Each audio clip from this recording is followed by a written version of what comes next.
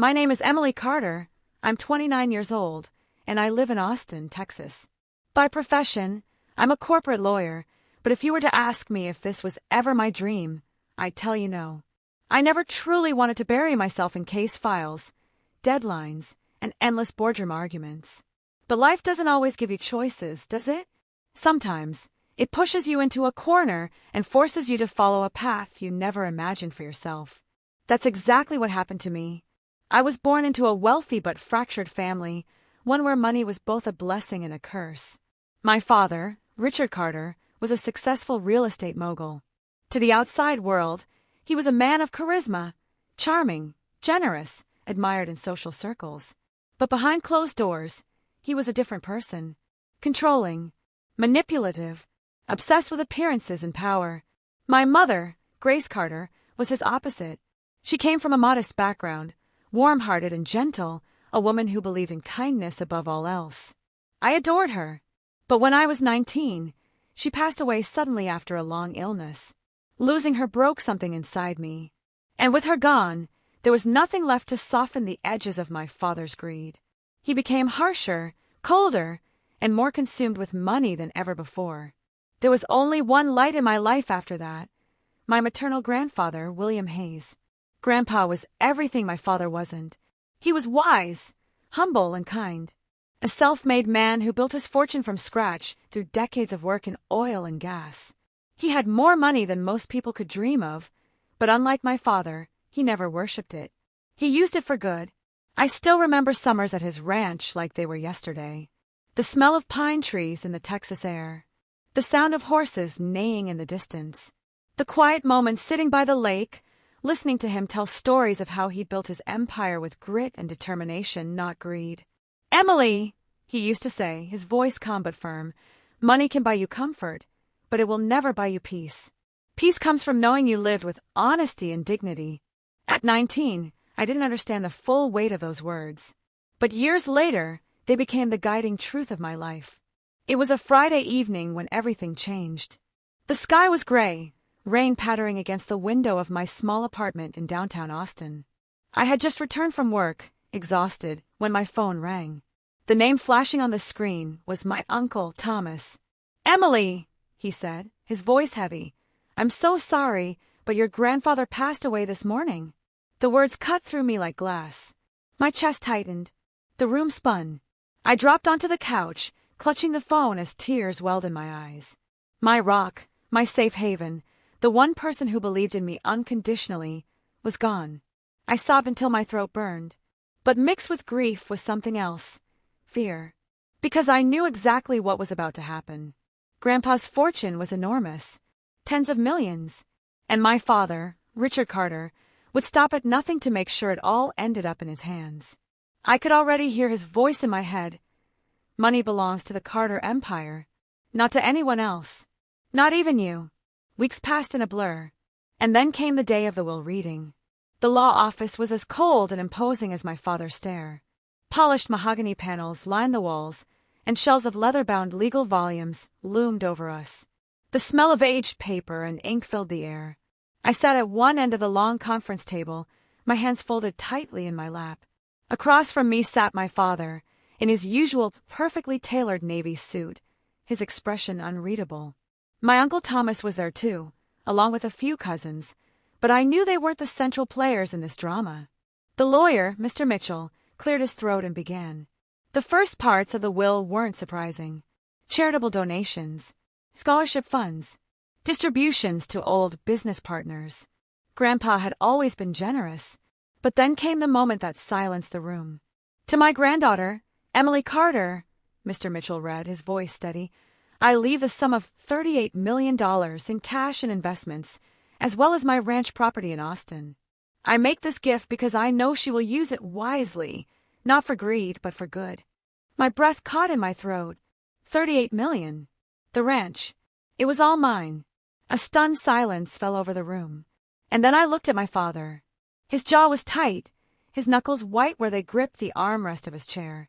For just a second, his mask slipped and I saw it. Pure, unfiltered fury. But then, just as quickly, it vanished, replaced by a thin smile that didn't reach his eyes. He didn't say a word. Not then. But I knew. Oh, I knew. He was already planning something. After the reading, my father pulled me aside into the hallway. His voice was low, almost calm, but there was venom underneath. Emily, you don't understand what you've just done. That money, it belongs to the Carter business. It's meant to expand our empire. You can't just take it and throw it away on whatever idealistic nonsense you dream up. I squared my shoulders.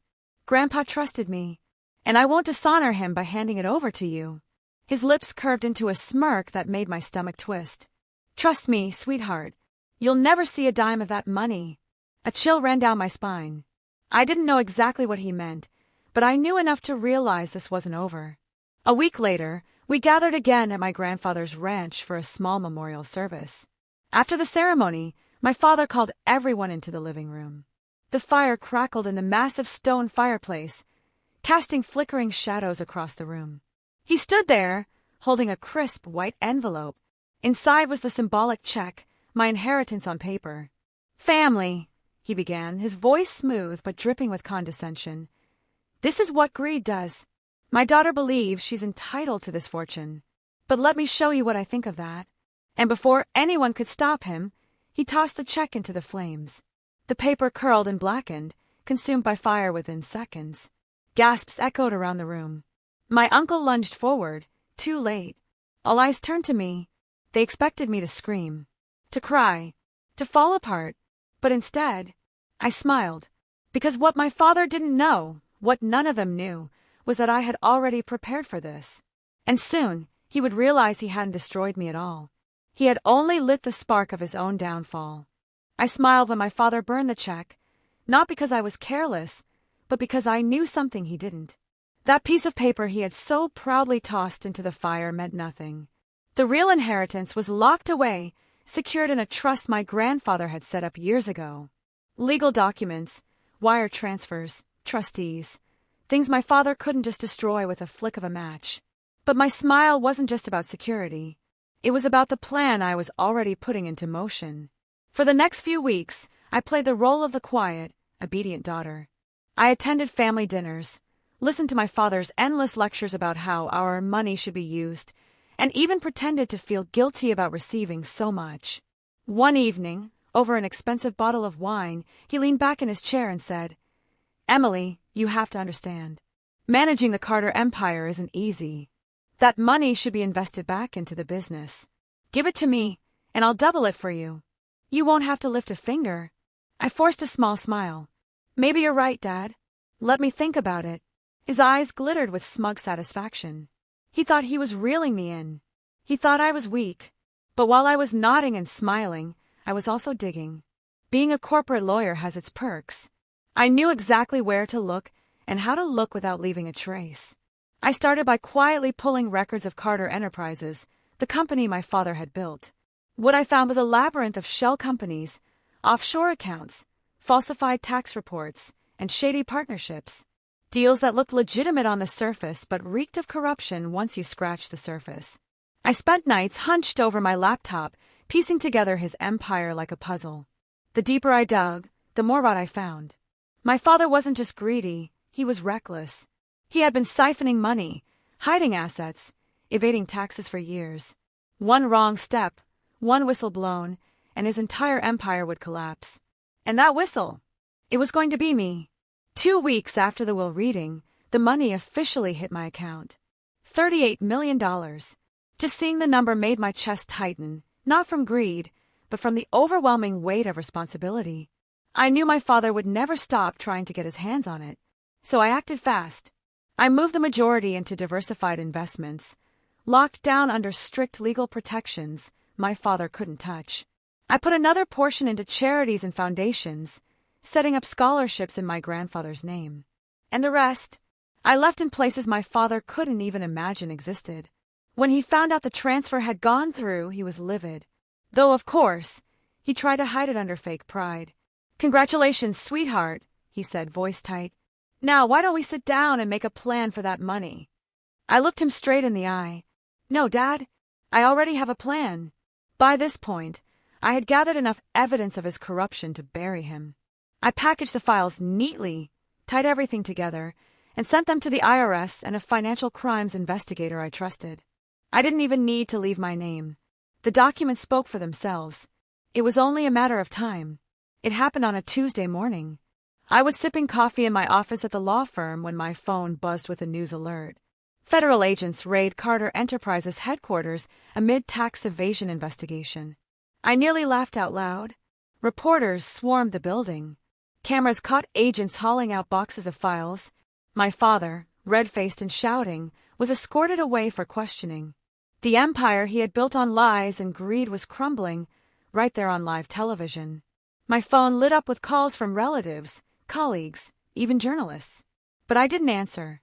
I just sat there, sipping my coffee, knowing this was only the beginning. That evening, my father stormed into my apartment. His face was flushed, his eyes wild. "You," he shouted, slamming the door behind him. "You did this to me." I stayed calm. "No, Dad. You did this to yourself." His fists clenched at his sides. "You think you're smart? You think you've won? I built this empire. Everything you have is because of me." I stood, my voice steady. "Everything I have is because of Grandpa. He trusted me. He believed in me.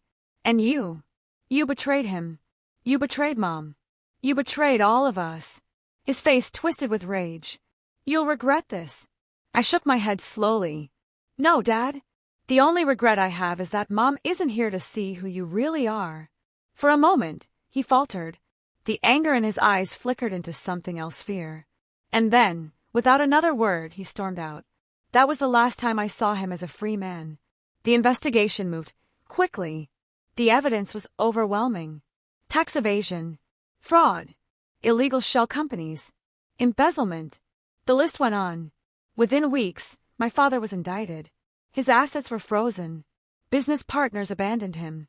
The once powerful Richard Carter, the man who thought he was untouchable, was facing years behind bars. The news spread like wildfire. Reporters who once praised him now tore him apart. Socialites who once begged for his attention now avoided his name like the plague. And me? I stayed quiet. I didn't need to gloat. His downfall was loud enough. With my father's empire in ruins, I turned my focus to building something better. Something real. I established the William Hayes Foundation in honor of my grandfather. We funded scholarships for underprivileged students, supported local charities, and invested in sustainable energy projects, things Grandpa would have been proud of. I kept practicing law, but now with a renewed purpose. I wasn't just fighting for clients in boardrooms. I was fighting for fairness, for integrity. Every time I walked through Grandpa's ranch, I felt his presence. The rustle of the trees, the sound of the horses, the peace of the lake. It was like he was still there, reminding me, money can't buy peace, but using it wisely can create it. My father still writes me letters from prison. He blames me, curses me, begs me. Sometimes all on the same page. But I never respond. Because the truth is simple. He wasn't my downfall. He was his own. When he burned that check, he thought he was destroying my future. But in reality, he only lit the match that burned down his own empire. And me. I walked away not just with wealth, but with something far more valuable, the peace of knowing I stood up for myself, honored my grandfather's legacy, and proved that no amount of greed can overpower integrity.